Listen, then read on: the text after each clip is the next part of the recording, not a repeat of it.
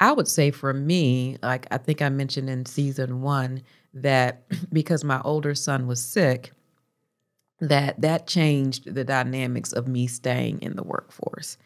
And, graduating college, you have like these dreams that, I'm going to elevate, I'm going to be a top executive, I'm going to be all of these things.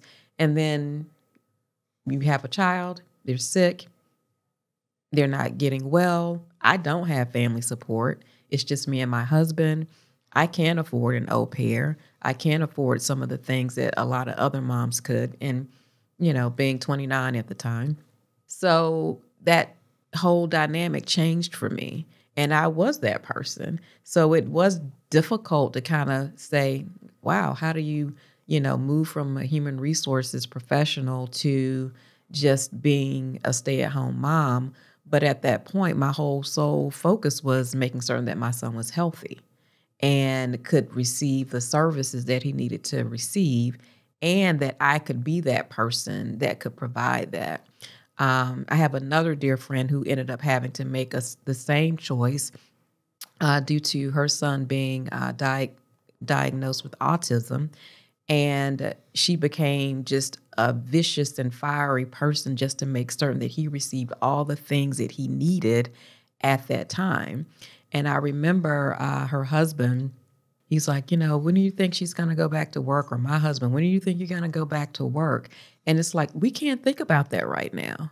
We have other things that are taking precedence over work. And you know what? We could bring someone else in here at this moment in time, but would they be as devout in making certain that our kids receive these kind of services that they need?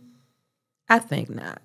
And so with that message, and now looking, retrospectively, now they're like, wow, I mean, yeah, you guys really did the work. I mean, you guys really put yourselves in there, because at that point, that was most important.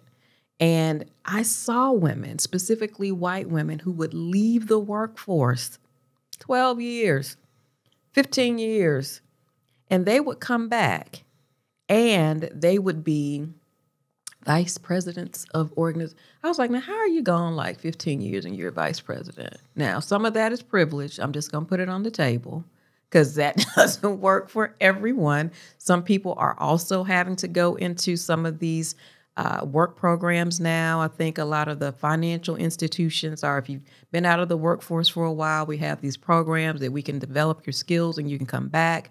So those things are returning, and I feel like that's important for people to know. But when I saw it firsthand, I knew that I could come back, and I knew that I could navigate a career that I wanted to. Probably not in human resources, because human resources takes a lot of time, which is why I ended up going into pharmaceutical sales, because I needed the flexibility. When I did decide to go back to work, I need more flexibility with my son. And so that ended up occurring, and started out part-time before going full-time, just to see if it was something that I wanted to do long-term. And it ended up working, for several years as a career while I was being a mom to my older son and then later to my younger son.